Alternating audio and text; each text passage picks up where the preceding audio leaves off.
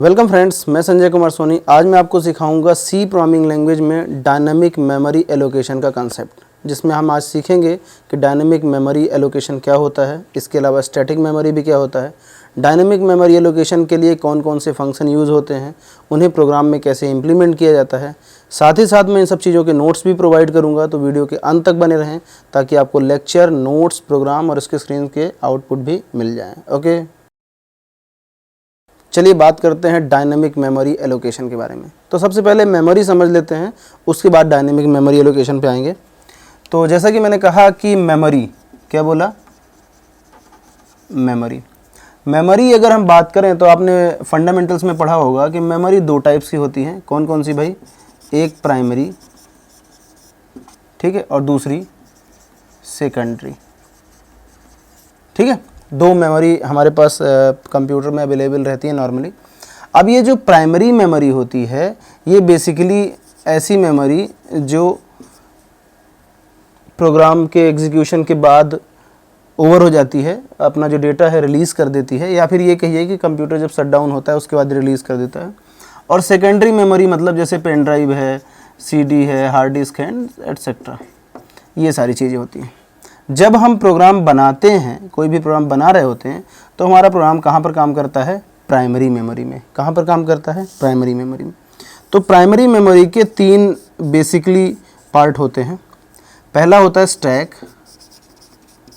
ठीक है, दूसरा हीप, ठीक है, और तीसरा permanent storage memory, permanent storage, ठीक है ना।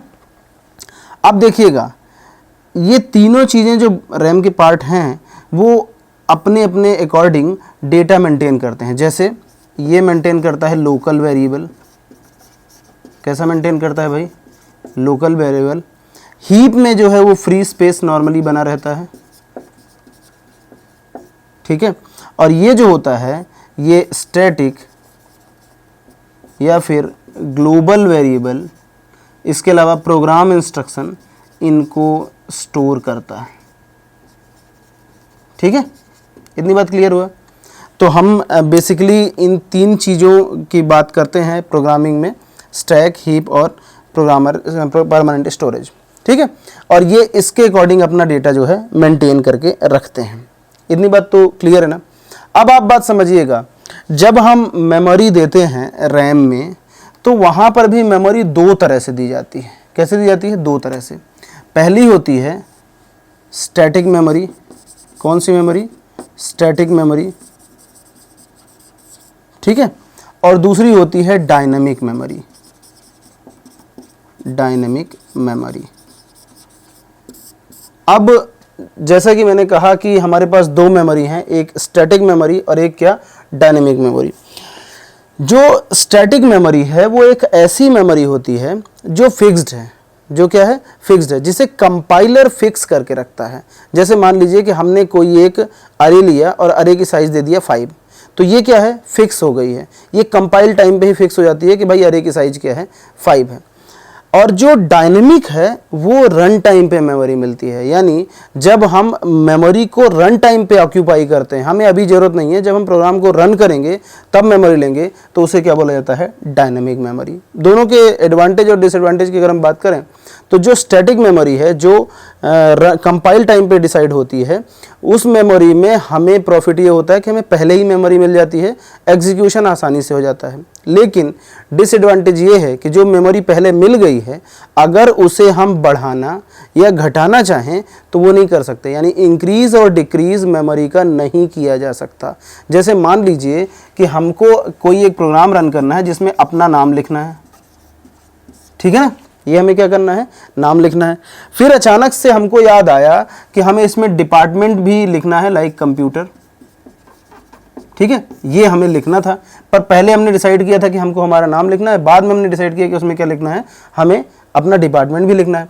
अब होगा क्या कि अगर स्टैटिक मेमोरी यूज़ करेंगे तो स्टैटिक मेमोरी में हम कितना यहाँ पर स्पेस क्रिएट कर लेंगे? 6 स्पेस क्रिएट कर लेंगे। लेकिन जब बाद में हमें ये मेंशन करना होगा तो हमें फिर से आना पड़ेगा कंपाइलर के पास कि भाई इसमें जो है आप ऐसा करो 7 मेमोरी और ऐड कर दो। ठीक है, हम एट ए टाइम जब हमको नीड हो तब हम नहीं कर सकते। तो ये प्रॉब्लम को सॉर्ट आउट करने के लिए कंसेप्ट आया क्या, डायनेमिक मेमोरी एलोकेशन। ठीक है, इतनी चीज़ तो क्लियर है ना। तो डायनेमिक मेमोरी एलोकेशन एक ऐसा कंसेप्ट है जिसके थ्रू हम रन टाइम पे मेमोरी लेते हैं और साथ ही साथ उस मेमोरी को हम कम या ज़्यादा यानी इंक्रीज या डिक्रीज कर सकते हैं। ठीक है, अब कैसे करेंगे उसको जानने के लिए समझिएगा बात को। उसको जानने के लिए एक हमारे पास हेडर फाइल होती है stdlib, standard library header file. कौन सी होती है, stdlib, ये स्टैंडर्ड हेडर फाइल होती है। ये हमको 4 फंक्शन प्रोवाइड करती है। कौन कौन से 4 फंक्शन प्रोवाइड करती है। पहला मैलॉक, कौन सा फंक्शन प्रोवाइड करती है भाई, मैलॉक फंक्शन प्रोवाइड करती है। ठीक है, दूसरा कैलॉक, ठीक है, कैलॉक फंक्शन। फिर जो तीसरा है वो रीएलॉक फंक्शन। कौन सा फंक्शन, रीएलॉक। और इसके अलावा प्रोवाइड करता है फ्री फंक्शन। ये 4 फंक्शन बेसिकली हमें ये हेडर फाइल प्रोवाइड करती है, किसके लिए, डायनेमिक मेमोरी एलोकेशन के लिए। अब देखिएगा, स्टैटिक मेमोरी एलोकेशन हम तो सीख चुके हैं, हम सीखने वाले हैं क्या, डायनेमिक मेमोरी एलोकेशन। तो डायनेमिक मेमोरी एलोकेशन के लिए 4 फंक्शन रिस्पॉन्सिबल हैं जिनके थ्रू हम डायनेमिक मेमोरी को एलोकेट कर सकते हैं। ठीक है, इतनी बात तो क्लियर है ना। अब जो ये चारों फंक्शन हैं, ये चारों फंक्शन क्या क्या काम करते हैं, इन्हें प्रोग्राम में कैसे इंप्लीमेंट कराया जाता है, ये सब चीज़ों को समझ लेते हैं। फिलहाल मैं वन लाइन समझा देता हूँ।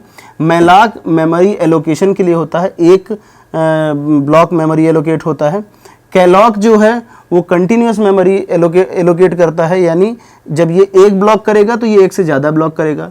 रीएलॉक क्या करता है, जो मैलॉक ने करा है अगर उसमें भी कुछ इंक्रीमेंट करने की नीड है या कुछ फिर से एलोकेशन की ज़रूरत है तो उसे रीएलॉक करता है। और फ्री क्या करता है, इन मेमोरीज़ को जो एलोकेट हुई हैं इन्हें कर देता है फ्री।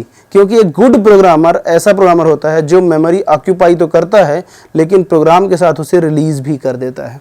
ठीक है, तो आई होप आपको ये समझ में आया होगा कि भाई हम इनको ही पढ़ने वाले हैं। जब डायनेमिक मेमोरी एलोकेशन की बात आई तो आप हमेशा ही ध्यान रखिएगा कि आप इन चारों चीज़ों को ही डिटेल में बताएंगे सामने वाले को। ठीक है, तो चलिए इनको 1 बाय 1 समझ लेते हैं ताकि आपको समझ में आ जाए कि भाई मैलॉक, कैलॉक, रीएलॉक का प्रोग्राम में कैसे इंप्लीमेंट करते हैं। ओके,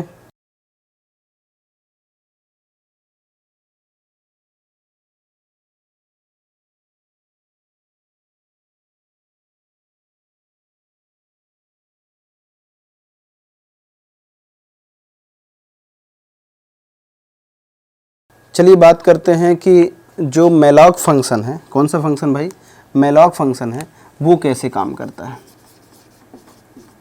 मैलॉक, ठीक है, मैलॉक की अगर हम बात करें तो जो मैलॉक फंक्शन होता है वो मेमोरी एलोकेशन के लिए काम आता है। किसके लिए, मेमोरी एलोकेशन।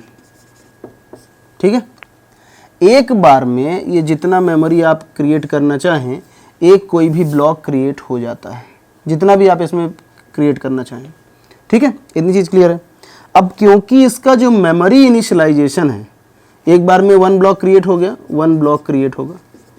ठीक है ना, इसका जो मेमोरी इनिशियलाइजेशन है वो एग्जीक्यूशन टाइम पे नहीं होता, एग्जीक्यूशन टाइम जो है उस पे नहीं होता, इसलिए बाय डिफ़ॉल्ट यह गार्बेज वैल्यू लेता है।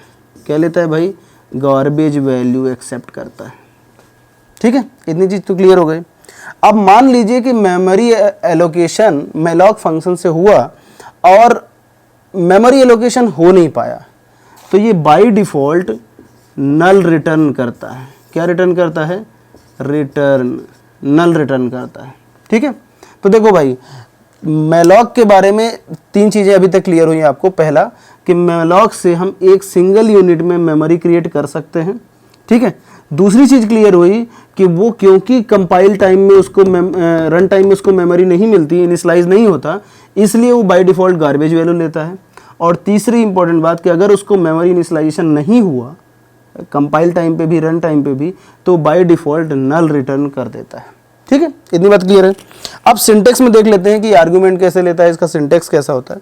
सिंटेक्स वाइज अगर हम बात करें तो हम लिखते हैं कास्ट टाइप। कास्ट टाइप यानी वो डेटा टाइप जो आप लेने वाले हैं। ठीक है, और यहाँ पर स्ट्रिंग यानी पॉइंटर का यूज़ करेंगे। फिर लिखेंगे मैलॉक, क्या लिखेंगे, मैलॉक, और फिर यहाँ पर देंगे साइज इन बाइट में देंगे। किस में साइज देंगे भाई, बाइट में। ठीक है, कास्ट टाइप का मतलब ये होता है कि आपका जो डेटा टाइप है, क्या, डेटा टाइप। ठीक है, मैलॉक जो है वो क्या है, फंक्शन नेम है, और साइज जो है वो क्या है, variable taken at run time. अब जो भी वेरिएबल आप ले रहे हैं वो कितनी मेमोरी साइज लेगा ये हम यहाँ पर बताते हैं। ठीक है ना। अब इसे कैसे बताते हैं, इसके लिए तरीका समझिएगा।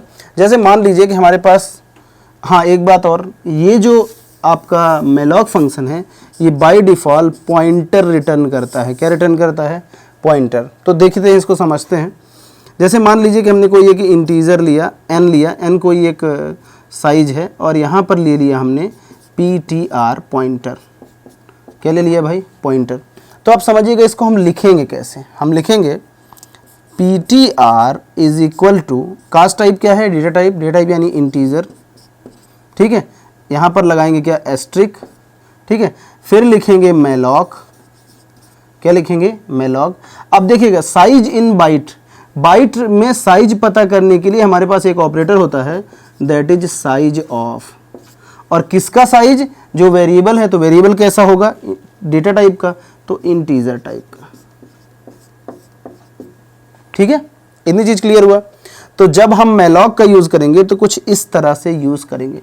अब अगर मान लीजिए कि हमें मोर देन 1 साइज चाहिए, मोर देन 2 चाहिए, मोर देन 3 चाहिए, तो हम यूजर से n की साइज ले लेंगे और यहाँ पर n का मल्टीप्लाई कर देंगे। क्या करेंगे, n का मल्टीप्लाई करेंगे। तो इस तरह हम मैलॉक का यूज कर सकते हैं। चलिए इसको एक प्रोग्राम के थ्रू समझ लेते हैं, उसमें आपको ज़्यादा क्लियर समझ में आएगा। ओके,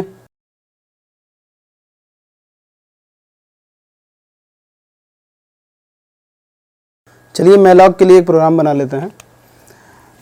तो एक मैं प्रोग्राम बनाता हूँ जिसमें दो चीज़ें ले लेंगे, एक अरे ले लेंगे जिसमें हम स्टैटिक मेमोरी एलोकेट करेंगे, और एक हम पॉइंटर ले लेंगे जिसमें हम डायनेमिक मेमोरी एलोकेट करेंगे। ध्यान दीजिएगा, पॉइंटर मेमोरी पे काम करता है, इसीलिए जो मैलॉक, कैलॉक, रीएलॉक सारे फंक्शन होते हैं वो पॉइंटर पे काम करते हैं। ठीक है, तो चलिए देखते हैं। वॉइड मेन से स्टार्ट करते हैं, वॉइड मेन। ठीक है, एक नाम के लिए लेते हैं कैरेक्टर नेम, और इसकी साइज सपोज दे दिए 20। ठीक है, और एक हमने ले लिया क्या, कैरेक्टर पॉइंटर। क्या ले लिया, पॉइंटर। ठीक है, कैरेक्टर में अगर हमको कैरेक्टर नेम यानी स्ट्रिंग में अगर हमको वैल्यू देनी है तो हम कैसे देते हैं, एक फंक्शन है हमारे पास strcpy नेम कॉमा, और जो भी इसमें वैल्यू देनी है, मैंने अपना नाम दे दिया। ठीक है, अब देखिएगा इसके पास मेमोरी नहीं है, इसको हमें मेमोरी देनी है, और कैसे देनी है, मैलॉक के थ्रू। तो आप इसको सिंटेक्स के थ्रू अगर इंप्लीमेंट करें तो हम क्या लिखेंगे, ptr इज इक्वल टू, ध्यान दीजिएगा यहाँ पर डेटा टाइप क्या है, कैरेक्टर है, तो हम क्या लेंगे, कैरेक्टर, स्ट्रिक सिंबल लगाएंगे, लिखेंगे मैलॉक। ठीक है, और यहाँ पर साइज ऑफ किसका, कैरेक्टर का। ठीक है, अब ये एक कैरेक्टर की साइज क्रिएट हो जाएगी, हमें मोर देन 1 चाहिए, तो जितना चाहिए उतने का हम कर देते हैं मल्टीप्लाई। सपोज करिए 50 का मल्टीप्लाई कर दिया। क्या कर दिया, 50 का मल्टीप्लाई कर दिया, तो मेमोरी एलोकेट हो गई। अब जब मेमोरी एलोकेट हो गई तो अब आप यहाँ पर इसको ऐसा ट्रीट कर सकते हो, CP बाई PTR, और यहाँ पे सपोज करिए हम इसमें डिपार्टमेंट दे देते हैं कंप्यूटर। क्या दे देते हैं, कंप्यूटर डिपार्टमेंट दे देते हैं।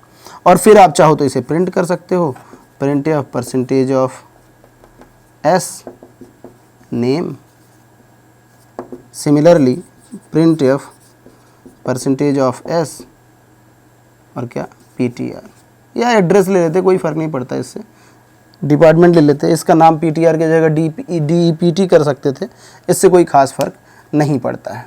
ठीक है, तो आई होप आपको ये समझ में आया होगा कि मैलॉक का कैसे यूज़ किया जाता है मेमोरी एलोकेशन में।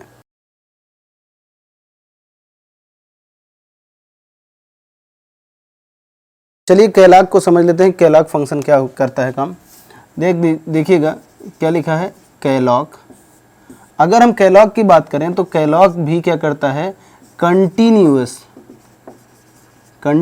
मेमोरी एलोकेशन करता है। क्या करता है भाई?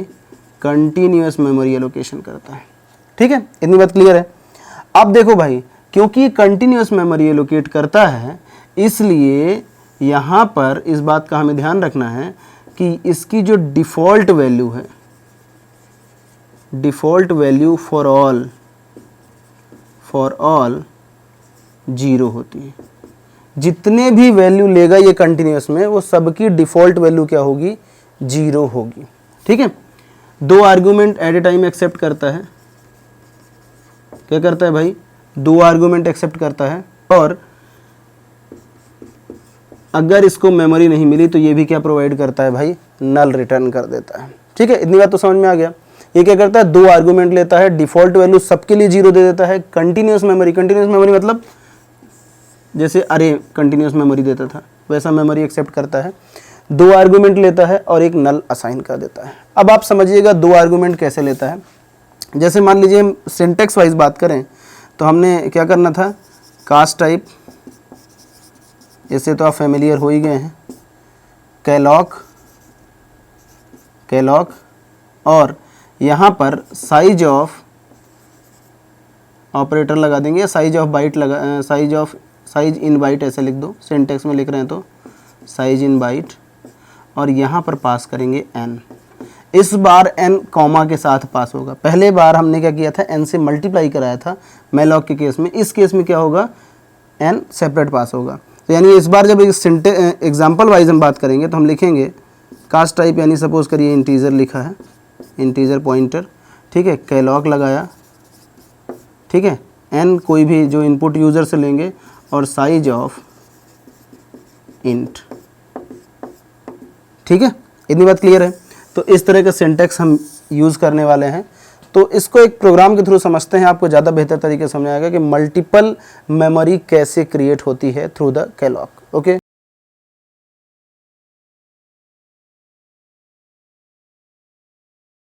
चलिए इसे एक प्रोग्राम के थ्रू समझते हैं। मान लीजिए हमने एक मेन फंक्शन स्टार्ट किया वॉइड मेन से। ठीक है, इंटीजर के लिए लेंगे, इंटीजर आई ले लिया, लूप चलाएंगे, क्योंकि मल्टीपल है तो लूप चलाना पड़ेगा। n ले लिया क्योंकि कैलॉग में n इनपुट लेना है। ठीक है, और एक पॉइंटर ले लिया एज यूजुअल जो लेते आ रहे थे। ठीक है, इतनी बात क्लियर है। फिर क्या किया भाई? पॉइंटर से मेमोरी एलोकेट कर लो, या यूज़र से पहली वैल्यू मांग लो, कुछ भी कर सकते हो। तो यूज़र से हमने एक वैल्यू ले लिया स्कैनएफ के थ्रू। आप मैसेज भी प्रिंट कर सकते हैं, %d(n), पूछ लेंगे कितने एलिमेंट। ठीक है, फिर ptr is equal to integer calloc, और जो n यूज़र से लिया है वो n यहाँ पास कर देंगे, और साइज ऑफ इंटीजर। ठीक है, ये हमने मेमोरी एलोकेट कर ली। अब चेक कर लेते हैं कि मेमोरी मिलती भी है कि नहीं। भाई नल ये आता है कि नहीं, तो देख लेते हैं। If ptr is equal to null, अगर ptr नल है तो printf में लिख देंगे memory can't initialize, memory can't initialize. ठीक है, ये लिख देंगे, और एल्स में आएंगे, और अब देख लेते हैं कि अगर इनिशियलाइज हुई है तो यूज़र ने जितनी मेमोरी मांगी है उतनी इनिशियलाइज हुई है कि नहीं। सपोज करो यूज़र ने दिया है 4, क्या दिया है? 4। तो क्या 4 मेमोरी जो है इंटीजर के लिए क्रिएट हुई है या नहीं? तो कैसे चेक करेंगे भाई? उसके लिए ये है कि इसकी जो डिफ़ॉल्ट वैल्यू है, जो मैंने कहा था सभी के लिए क्या हो जाती है? 0। जो डिफ़ॉल्ट वैल्यू है उसे कर लेते हैं क्या? प्रिंट। क्या कर लेते हैं? प्रिंट। तो कंटिन्यूस मेमोरी है तो लूप चलाना पड़ेगा। For i is equal to 0, i less than, और n दे देते हैं क्योंकि जितना यूज़र ने दिया है, एंड i प्लस प्लस। ठीक है, और printf में कर देते हैं क्या? %d, और ptr को कर देते हैं प्रिंट। क्या कर देते हैं? ptr को प्रिंट। ठीक है, तो क्या होगा कि यहाँ पर यूज़र अगर 4 इनपुट देता है तो इस मेमोरी में 4 ब्लॉक क्रिएट होगा, जिसकी डिफ़ॉल्ट वैल्यू सबकी क्या हो जाएगी? 0। क्या हो जाएगी? 0। ठीक है, तो जब आप इसे लूप के थ्रू प्रिंट करोगे तो ये 4 बार 0 हमें इनपुट जो उसके पास है वो प्रिंट करके दे देगा। ठीक है, तो आई थिंक आपको ये समझ में आया होगा कि जो malloc फंक्शन है वो सिंगल यूनिट करता था और जो calloc फंक्शन है वो कंटिन्यूस मेमोरी में हमें मेमोरी क्रिएट करके दे देता है। ओके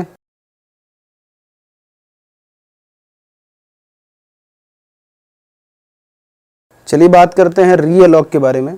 किसके बारे में? रीअलॉक। ठीक है, अब देखिएगा जब बात रीअलॉक की जा रही है तो इसका मतलब ये हुआ कि हमें फिर से रीएलोकेशन करना है। क्या करना है?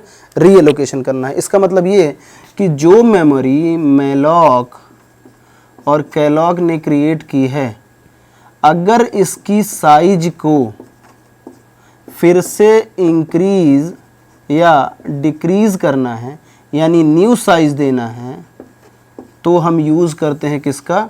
रीअलॉक का। तो रीअलॉक एक ऐसा फंक्शन है जो मेलॉक और कैलॉक की जो साइज है मेमोरी में उसे न्यू साइज प्रोवाइड करता है। क्या करता है? न्यू साइज प्रोवाइड करता है। तो कैसे करेगा भाई? करेगा पीटीआर रीअलॉक, और यहाँ पर जो भी आपने पीटीआर दिया है उसमें न्यू साइज। क्या करेगा? New size. ठीक है, इतनी बात क्लियर है ना? तो जो रीअलॉक है वो इनके यूज होने के बाद भी मेमोरी को आगे बढ़ाता है या पीछे कम कर देता है। ठीक है ना? इतनी बात तो क्लियर है। इसको एक प्रोग्राम के थ्रू समझते हैं कि मेलॉक से कैसे मेमोरी क्रिएट करते हैं, फिर उसे हम रीअलॉक से कैसे आगे बढ़ाते हैं। ओके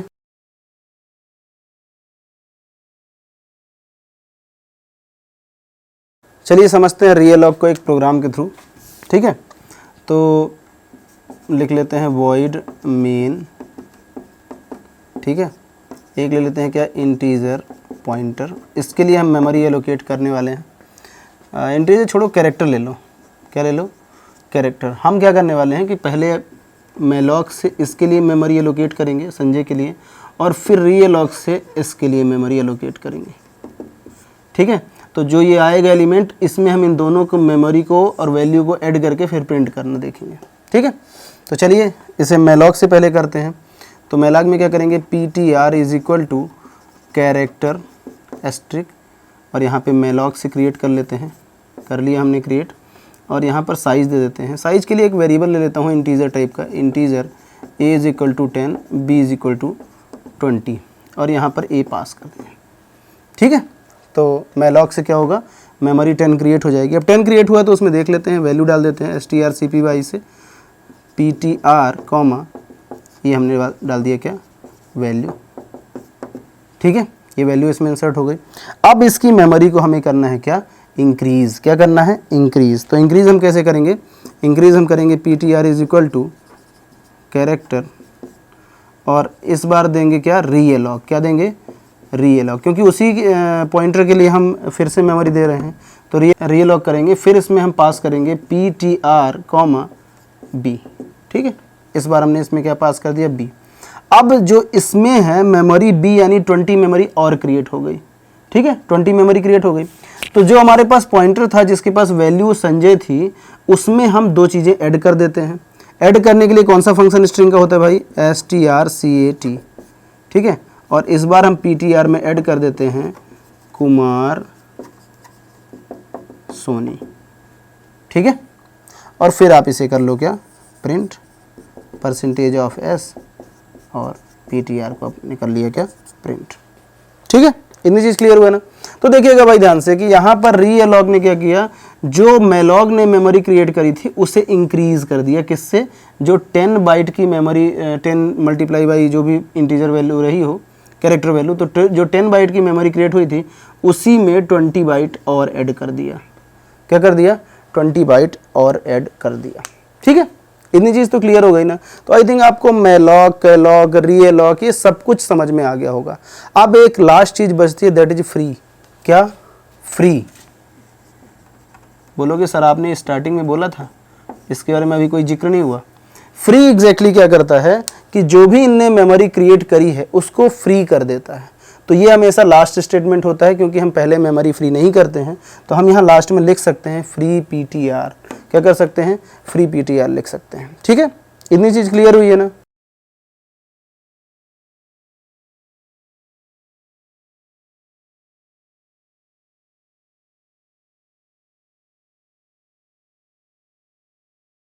आई होप आपको वीडियो पसंद आया होगा। अगर वीडियो पसंद आया तो वीडियो को लाइक करना ना भूलें। चैनल के लिए नए हैं तो चैनल को सब्सक्राइब कर लीजिए। इसे अधिक से अधिक शेयर करिए। Thank you so much.